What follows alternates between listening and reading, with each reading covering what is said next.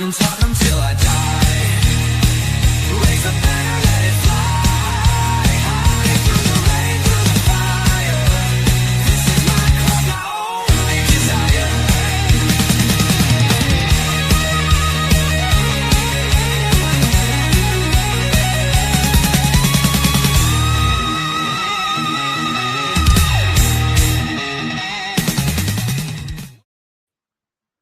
Yes, good morning and welcome to the greatest channel in Ireland. Welcome to THFC to a die home Tottenham past, present, and the exciting future under the mighty Cockerel.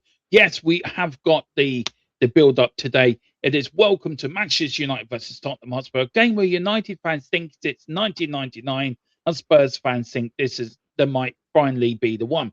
Everyone else in here just for the chaos. Old Trafford under the sun, VAR warming. Twitter already a meltdown, both sets of fans saying the exact same thing. If we lose this, somebody's getting sacked. United chasing heritage, Spurs chasing consistency. The rest of us chasing our sanity. Strap in, because no matter what happens, there's definitely going to be a dramatic, controversial, and somehow completely unserious predicted lineup. And with me joining me on this show is, of course, Rain. Rain going over, of course, the lineup who we think will start today for Thomas Frank at Old Trafford. Are you looking forward to the game? I'm not nervous. I think we can get a win today. What about you? Yeah, it feels odd, but I do feel enthusiastic about today. I don't feel that worried for some reason, even though they're on a really good run of form. Yeah, I don't know whether it's still a manager bounce or whether Carrick has completely turned them around, but they're looking very good. But I think we've been putting in some decent performances recently. mm, We've cut out a lot of the silly errors that were costing us games, that have cost us so many points. yeah, So many points have been mm, cost from silly errors, especially playing out from the back. yeah. And hopefully, you know, we'll see a little bit less playing out from the back from here on, and we'll see a little bit more of how do we put it, Dermot? If in doubt, give it a whack. If in Um, doubt, give it a whack. Yeah, in doubt, give it a I whack. Especially with Solanke up top, because yeah, now when we're pushing it up and playing it long, it sticks to Solanke. It it never does. stuck to Richarlison. Mawani, heaven knows, but Solanke, as well as scoring goals, he's providing us with a good service up there. He is, and I think it's worth knowing that since he's come back into the side, Tottenham have been playing a lot better up there because he does come deep, he does collect the ball, and he brings other people into the game as well. So I think that is important. But let's go over the team news, Rain. Let's go over the injury list and let's go through the predicted lineup. The team news is pretty good from Thomas Frank's press conference. Mickey trained today and is available for selection on Saturday. Jed is getting closer. It will be a touch and go, and there's a good chance he will be ready. And also, Cutie is also available. Is Cutie going to be available to play, or is Cutie going to be available to do another quote on X? We don't know. Either of the two. Of course, we have got an injury list. We've got Kulu out with the ACL. Will he ever return? James Madison out to the end of the season. We've got Mohamed Kudus out with the thigh.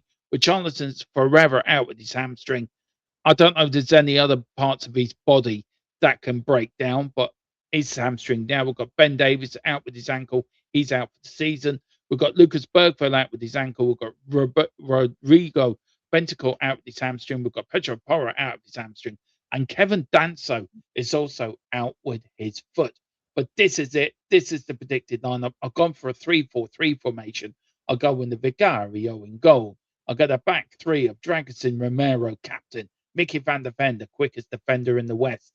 We've got the wing backs of Udogi and Graham left and right. We've got two-man midfield in Palunia and Gallagher. And then up the front three have gone with Savi on the left, Odebear on the right, Solanke up front. Let's start with the back, Rain. I think that's the more sensible way to go, isn't it? This 3-4-3 or 3-5-2. if you are playing a 3-5-2, do you put Polina as the 6 and put Gallagher as the 8 then, and let Xavi sort of roam? Would that be a way of doing it if we wanted to do it separately? Yeah, basically. So Xavi would kind of be the little Mm. guy, we all, when we had two players up top, Yeah. we used to have a target man and a little Mm. guy, and Xavi played a lot up top. When we've dropped into 4-4-2 this season, quite often Xavi plays that second striker. So I don't see any problems there, and absolutely. What I would say, you say about three at the back, five at the back, whatever you want to call it.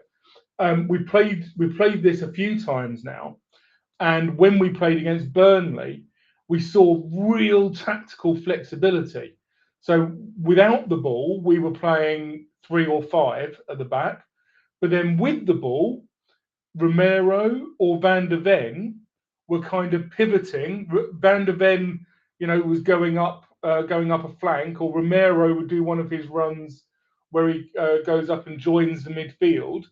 And they were showing we were basically playing, like a 4-4-2 when we had the ball. Mm. So one of the central defenders was joining the midfield and pushing everybody up. So I'm hoping that kind of tactical flexibility, which was great, I'm hoping we're going to carry that on, because it'll only serve us well if we can get numbers back in Mm. defence when we need it, but push numbers up. When we're attacking. Is Yeah. this is this time on the training pitch? Is this uh, you know is this Thomas Frank's training team finally getting some into some of these players, Mm. so that we get some sort of tactical nous and awareness into them? Yeah, I mean, to be fair, I mean, look, I do agree with some of what you said, but to be fair, also we haven't won a game since before Christmas, since New Year's Eve when we won away at Palace. And yes, you say the performances have improved, and yes, that second half performance against Manchester City was probably one of the best of the season. But the way we played in the first half was dreadful. These players cannot just switch it on and switch it off as they like. They've got to keep a full 90 minutes performance. I think that's been the problem this season. We had it last season as well. We're a half team. We either play well in the first half or play well in the second half, and there's no in between. What I do like about this lineup as well, Solanke being back in, he does give us a lot of options. He does play as a forward number 9, 4 goals in 9 appearances since his return, or he can come deep into a 10 to give a chance for Xavi and Odegaard to run round him into the spaces that he's created, or Paulinho or Gallagher. How important is it for the midfield to link up with Solanke tomorrow and to say, right, Paulinho, you sit in front of the back four, but Gallagher, your job is to run the midfield, but also play as a 10, that you link Solanke in, that it does give chances from Xavi and Odegaard to go round him and get into the spaces where it's vital they could pick up a tap or they could pick up a shot. But do you know what I mean? Things can happen. If they do that, penalties can be given, free kicks can be given. So it's important because this Manchester United defence has become very good over the last couple of games, and it's important that we sort of drag them into areas where they don't feel comfortable in playing.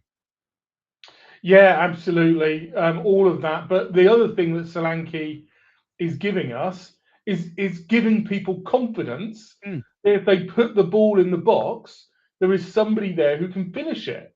Yeah. And I know you said we haven't won since December, but obviously we've won in the Champions League, and we've been playing really well there.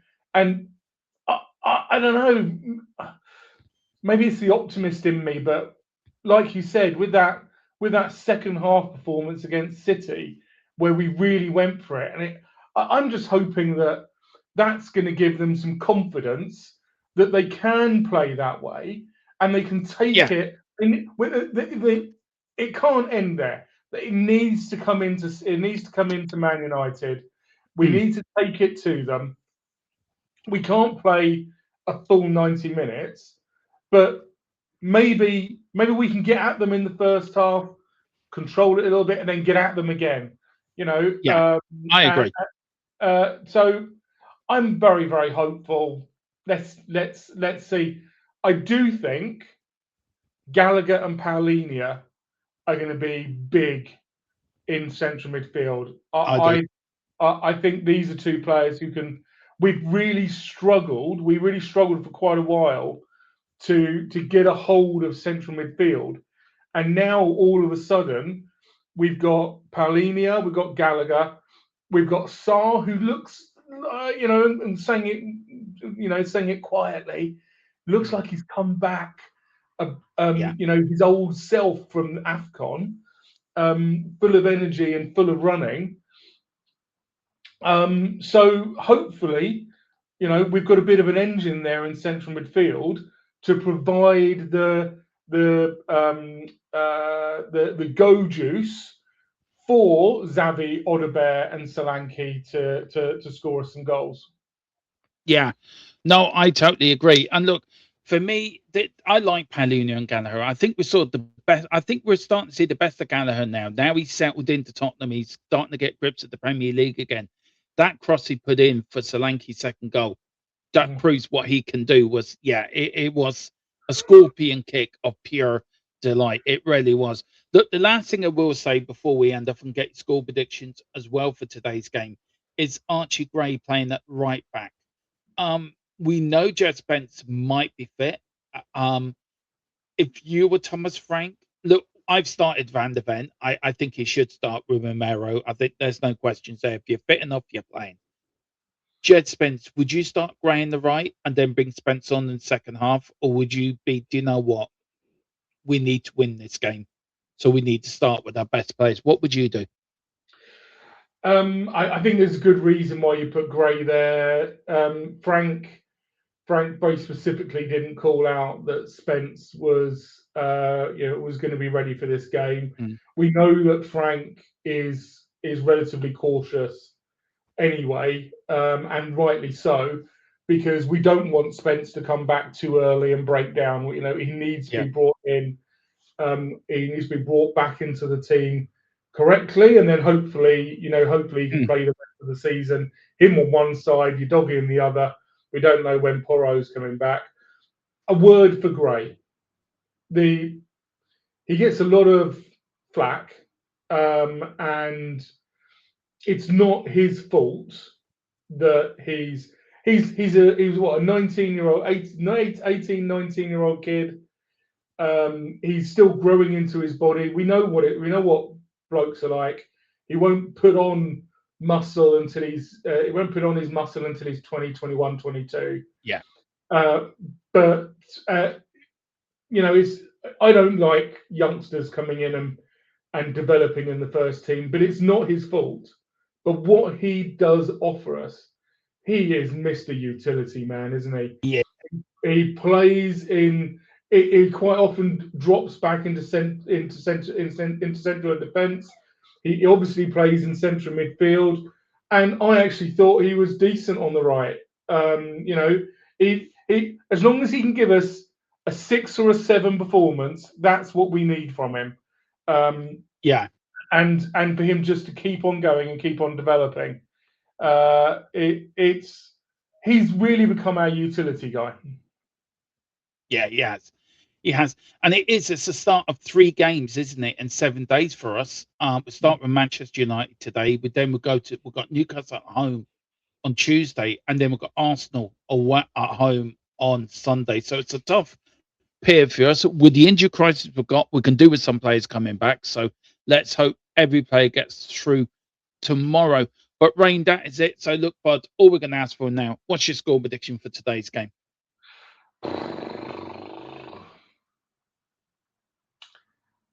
I think we're going to win 2-1. Do you know what? I said it last night, the build-up. I'm going to stick to it. We're going to win 3-1. I think we're going to do them today. I think Tottenham Hotspur will get their first win in 2026 in the Premier. I know we've won in the Champions League. I meant in the Premier League.